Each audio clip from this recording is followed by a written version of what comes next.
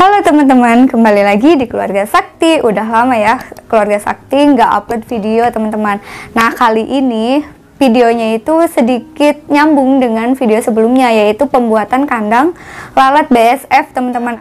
Pak Haji kan udah bikin kandangnya. Itu sebetulnya kita mau bikin apa sih? Nah, kita itu mau produksi ini teman-teman. Kalian bisa lihat nih di sini ada yang namanya maggot BSF teman-teman. Nah, kalau kita buka di dalamnya itu banyak teman-teman. Nah, ini kata lainnya belatung teman-teman. Tapi si maggot BSF ini bukan vektor penyakit ya teman-teman. Jadi aman untuk kita pelihara meskipun itu di rumah ya teman-teman. Nah, sebelum lanjut ke pembahasan yang lain-lain, sebelumnya Ute mau membahas dulu sebetulnya manfaatnya itu untuk apa sih si maggot BSF ini. Nah, yang pertama, kenapa kita memelihara maggot ini? Karena kita itu sebetulnya memiliki keresahan tentang sampah organik teman-teman, terutama untuk yang ada di dapur Keluarga Sakti. Kita selalu kebingungan gimana mengolah sampah organik ini supaya lebih bermanfaat gitu. Kebetulan kan kalau saya pakai kerudung ya, jadi kalau untuk keluar untuk membuang sampah organik ke tanah itu agak ribet gitu karena harus pakai kerudung. Gimana ya cara mengolah sampah organik ini supaya lebih bermanfaat? Nah, kemudian keresahan yang kedua yaitu tentang pakan hewan yang ada di Satwa Sakti teman-teman. Jadi Pak Haji itu biasanya selalu mengeluarkan uang untuk membeli pakan hewan-hewan yang ada di Satwa Sakti, terutama kayak ulat Hongkong, ulat Jerman, atau jangkrik. Intinya sumber protein untuk hewan-hewan Satwa Sakti, misalkan burung, terus si wowo, kemudian kadal-kadalan juga suka kan, yang kayak jangkrik dan serangga lainnya. Nah, akhirnya kita menemukan titik temu karena ada salah satu teman kita yang memelihara si maggot BSF ini teman-teman. Nah, tanpa berlama-lama akhirnya kita langsung meminta ilmunya untuk budidaya sendiri supaya kita bisa mengolah sampah organik yang ada di dapur kita sekaligus bisa menghasilkan pakan untuk Satwa Sakti. Nah, pertamanya kita beli di online dulu. Nah, tapi kemudian kita akhirnya beli di teman kita juga nih teman-teman. Nah, yang ada di teman kita itu prepupa, nanti kita keluar ya Pak ya. Nah, itu salah satu fase si lalat BSF ini sebelum menuju pupa. Kalau prepupa itu bentuknya itu hitam tapi masih gerak-gerak dan dia tidak makan. Kalau pupa itu udah benar-benar nggak gerak sama sekali sebelum nantinya menetas jadi si lalat BSF.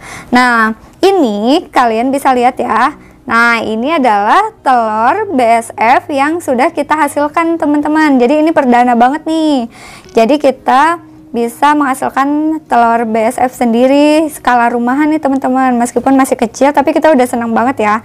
Nah, jadi kalau misalkan kalian yang mau budidaya BSF ini, Ute saranin kalian beli prepupanya aja dulu di ini ya, di online. Kemudian kalian harus siapkan kandangnya juga, kandang jaring.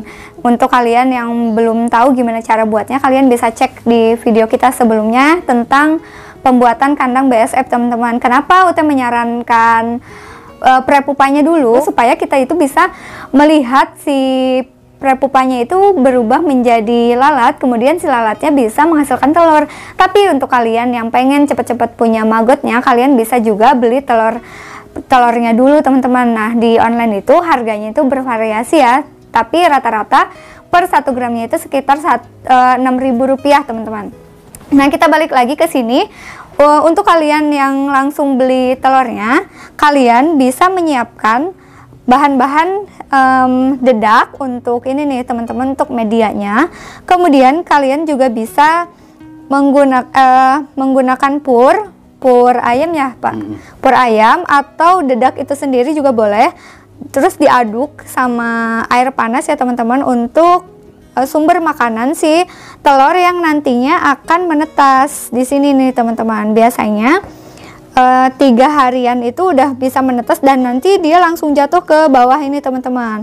Nah, sebetulnya si tisu ini tuh bisa opsional ya, bisa pakai bahan lain. Cuman kalau tisu kan nanti dia bisa nembus gitu ke bawah, jadi jatuh langsung ke sumber makanannya kayak gitu teman-teman.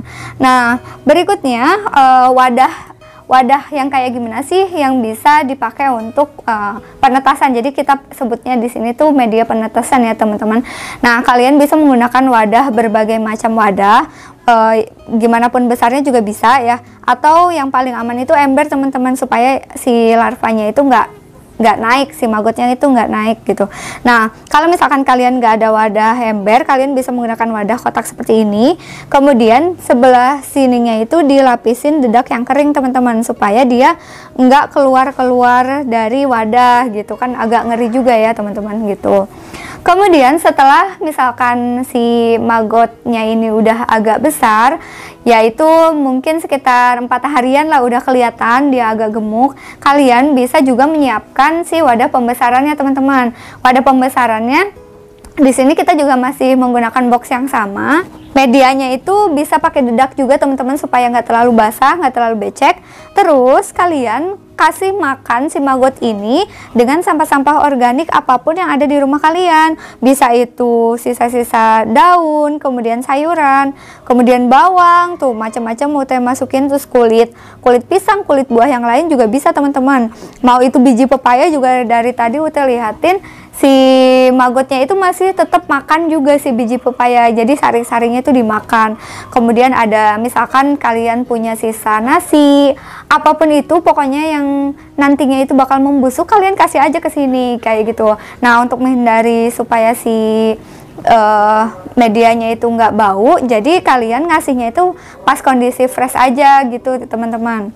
Nah, untuk bisa sampai panen itu sebetulnya sesuai dengan kebutuhan ya teman-teman. Cuman kalau misalkan untuk anakan lele, kata orang-orang yang udah berpengalaman, itu waktunya sekitar 10 harian udah bisa dipanen untuk anakan lele, karena masih kecil gitu. Nah, untuk yang lebih besar misalkan untuk ayam, untuk burung, itu bisa dipanen pas 14 hari. Tapi sekali lagi pertumbuhan si maggot itu beda-beda teman-teman, karena ada maggot-maggot yang tumbuh lebih cepat gitu, karena dia daya tahan hidupnya itu lebih tinggi dibanding temennya gitu, jadi dia makan lebih banyak, makanya si bentuknya itu ada yang besar nih teman-teman, ini besar, terus ada juga yang kecil, tuh ada yang kecil, ada yang besar kayak gitu. Nah, untuk memanennya kalian bisa menyaring si maggot ini dengan saringan wadah saringan yang ada di dapur ya, yang ada ukurannya kayak gitu teman-teman. Jadi ini manfaat si maggot itu banyak banget, dan yang paling Ute seneng yaitu ini sih teman-teman, sampah organik yang ada di dapur keluarga sakti itu bisa termanfaatkan baik dengan adanya si maggot ini. Terus kita juga nantinya akan mengajak tetangga-tetangga kita untuk memisahkan sampah organik dan anorganiknya. Organiknya itu untuk si maggot kita gitu, jadi yang sampah anorganiknya dibuang ke tempat sampah. Jadi pelan-pelan juga kita punya misi supaya warga di sekitar kita itu sadar akan sampah juga ya teman-teman. Jadi udah bisa memilah mana yang membusuk, mana yang enggak gitu. Jadi di tong sampah itu nggak bau lagi, karena petugas kebersihan kasihan juga ya teman-teman kalau harus mengangkut sampah plastik tapi campur dengan makanan yang akhirnya menimbulkan bau. Kalian untuk yang penasaran kandang BSF kita skala rumahan kayak gimana sih, supaya kalian punya gambaran gitu, oh kayaknya bisa nih di rumah kita juga gitu. Ya udah, kita langsung aja keluar yuk.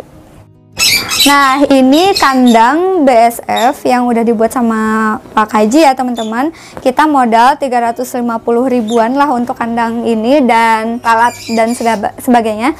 Sebetulnya kalian bisa membuat kandang ini lebih murah, yaitu dengan mengganti si pipa ini menggunakan kayu atau bambu ya teman-teman. Tapi saran Ute untuk penempatannya itu kalau bisa di tempat yang ada atapnya, kemudian dan yang pasti harus terkena sinar matahari teman-teman, karena itu syarat untuk ini ya, si lalat ini salah satunya kawin juga nih teman-teman. Ini nih harus pakai tatakan. Terus pakai tatakan juga.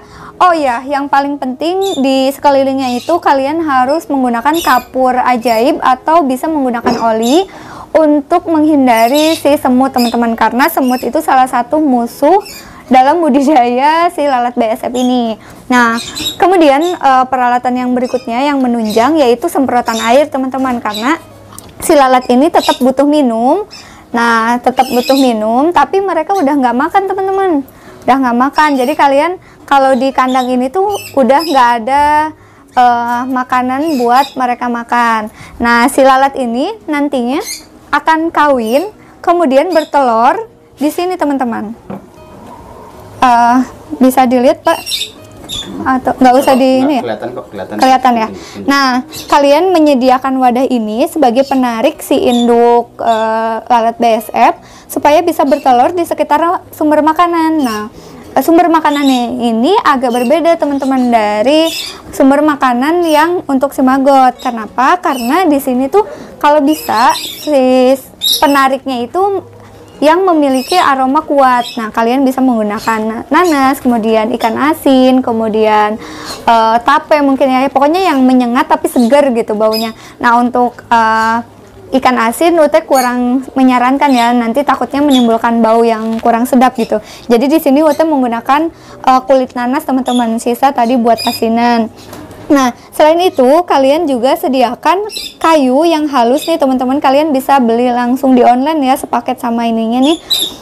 Ini untuk si induk lalat itu menaruh telurnya di rongga-rongga ini teman-teman, di celah-celah ini. Kayak gitu. Mungkin itu secara singkatnya ya.